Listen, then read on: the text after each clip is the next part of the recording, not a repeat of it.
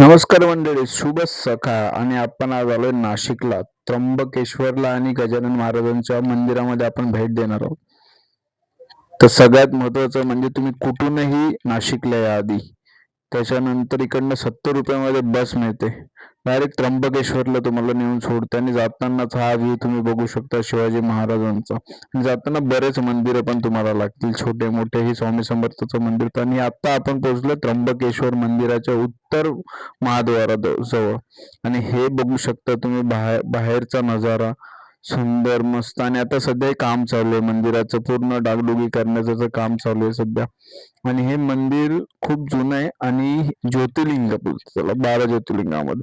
तर आम्ही घेतलंय बेलाचे फुलं, गुलाब आणि कमळाचं फुल. आणि ही बघा, ही लांब मोठी गर्दी असते. कधीही जा तुम्ही तर गर्दी मिळणारच आहे तुम्हाला. बघू शकता तुम्ही याच्या बाजूलाच एक मस्त मोठं त्रिशूल लावलेलं बाजूलाच ठेवलेलं आहे. ते फोटोग्राफी करण्यासाठी वगैरे तुमच्यासाठी असेल. आणि ही गर्दी काही संपेना, त्याकरता आता आम्ही लाईनीत उभा आहेत. आणि आता एक एक एक एक पाऊल हळूहळू हळूहळू हळूहळू चाललंय. आणि हे झालं आमचं थोड्या वेळातच. एक गेटचं स्टार्टिंगचं गेटची हे हे गणपती बाप्पा बघू शकता तुम्ही. हे नक्षीकाम बघू शकता तुम्ही.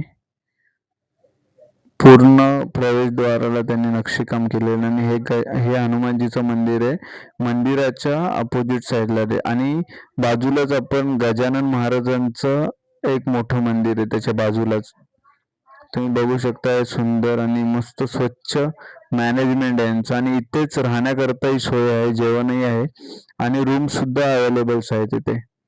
ते एकदम चांगला. हे बघा, हे मंदिराचं गेट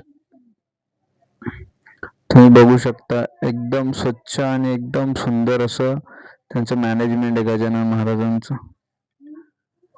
सेम असं जर तुम्ही बघणार गजानन महाराजांचं शेगावमध्ये पण सेम असंच निसर्ग आणि सौंदर्य प्लस सुंदरता आहे तिथे तुम्हाला बघायला मिळेल. स्वच्छता तर एवढी आहे की UK मध्ये पण तुम्हाला बघायला नाही भेटणार. हे बघा, गजानन महाराजांची ही चोरून काढलेली व्हिडिओ आहे, इथे कॅमेरा अलाउड नव्हता. हे मंदिराचं कळस आहे, तुम्ही बघू शकता. एकाच ट्रिप मध्ये दोन्ही मंदिरांचं दर्शन